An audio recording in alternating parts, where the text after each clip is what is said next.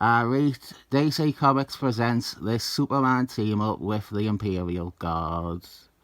A world full of Supermen. That is a lot of Supermen. We have issue 80 of DC Comics presents the Superman team-up series. And this issue is co-stars, is team-up partners, are these 5 members of the Imperial Guard who have just arrived in the 20th century via a Stargate. We have, from left to right, Voyager, then we have Shapeshifter, he's kind of in the background, he is the one stepping through the door. We have Astra, then Scintilla, and finally Smasher. The 5 of them are coming from, well, this issue incorrectly footnotes Imperial Guard number 5. But they are appearing here straight from Imperial Guard 8. They were stranded on a comptroller world, separated from the rest of the team. And at the end, they used the comptroller's dimensional doorways to try and return to Earth, but not before destroying the weapons factory planet that they were on. But they have wound up back in time, and they find a city floating in space, and their approach has been observed by the villain that dwells upon yon cityscape. So they investigate, and Smasher, he is attacked by Superman. Huh? Did I miss a memo? I thought Superman and the Imperial Guard were pals. Summit is not as it seems on this bizarre tableau they have laid out for us. You see, there is a whole bunch of Supermen, and they are attacking the Imperial Guard. Maybe don't put it on the cover if it's going to function as a bait and switch where we think Superman has gone nuts. There is some nice use of the Imperial Guard's powers throughout. We get a good excuse to showcase the skills and abilities of 4 of them. And then there's Scintilla, who does nout all issue. Our villain is revealed. It is an appearance of the short-lived robotic Brainiac. He has created this city, a replica of the Metro Center, and he has also built all these Superman robots. I love this Brainiac rework. Brainiac was redesigned by Ed Harrison to have this creepy xenomorph Terminator vibe. He became a cold and calculating machine. I think it is great, but it didn't appear that much.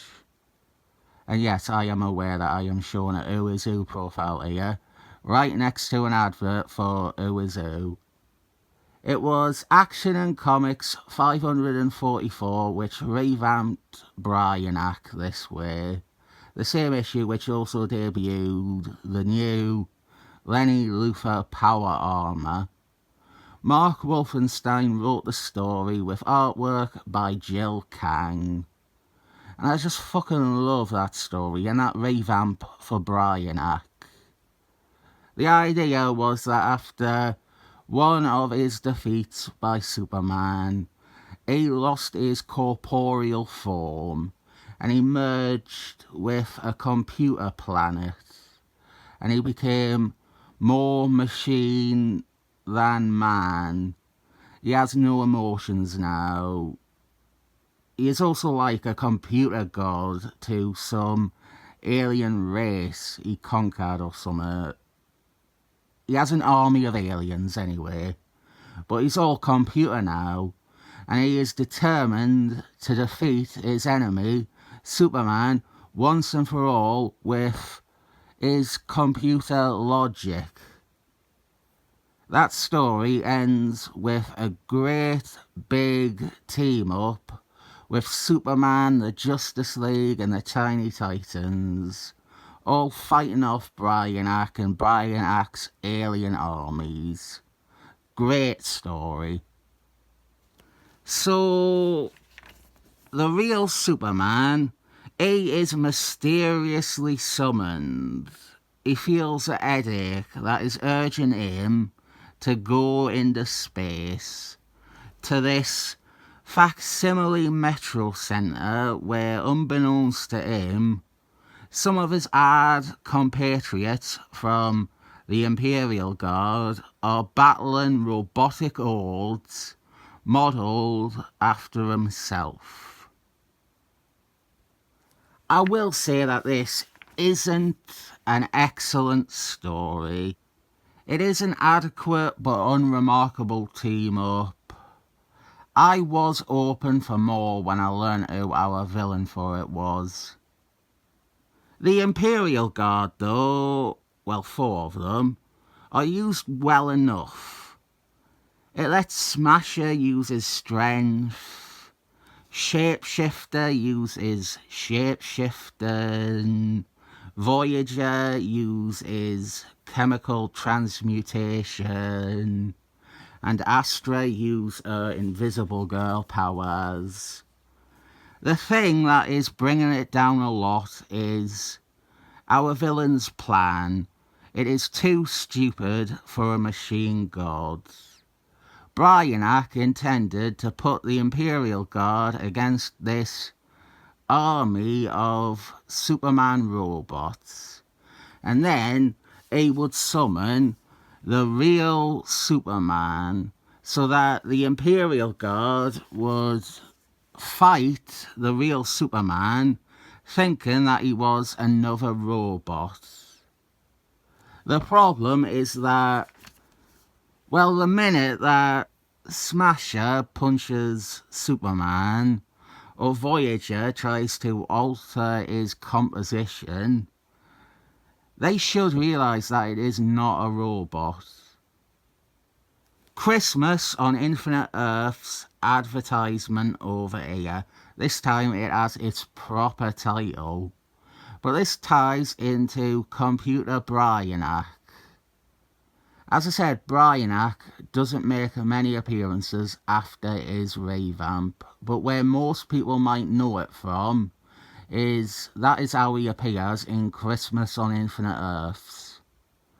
It would be his final appearance, however, because following that crossover, Superman was given a reboot, and Brainiac was back to being, well, originally a fucking carnival performer. The only thing from Robot Brainiac that is kept is his spaceship. In the original story, he was linked to his ship. They were one. He was plugged into his ship, and it was an extension of himself. They were one big computer. Sometimes they reference or show that revamped Brainiac, and they do bring back some of the robotic concepts, but never full on have him become like that again. It was pretty much over after Christmas on Infinite Earths. Although, I suppose his head does appear in whatever happened to the Man of Tomorrow, Albert Moore one. The ending might be the real weak point of this issue.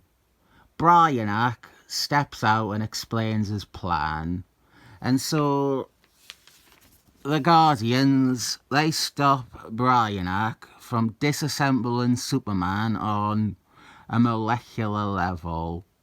And so Brainiac, he opts to retreat. And that is the end of it. We don't explain how the Guardians get back to their own time either. Massive plot hole introduced for the sake of this team up. It is definitely nowhere near as good as the issues of Imperial Guard that it links in with. It wouldn't have been the end of the world if I never read this, but I am glad I did, because I was unaware of this appearance of this version of Brainiac. And these Imperial Guard characters are the ones that are starting to feel the most familiar to me. At the same time, I think if you are doing an Imperial Guard story with this villain, it's criminal to not have one of the Guardians involved in the story be Mentor, the one with the biggest connection to Brainiac. I am feeling festive, so I will give this 7 thumbs up.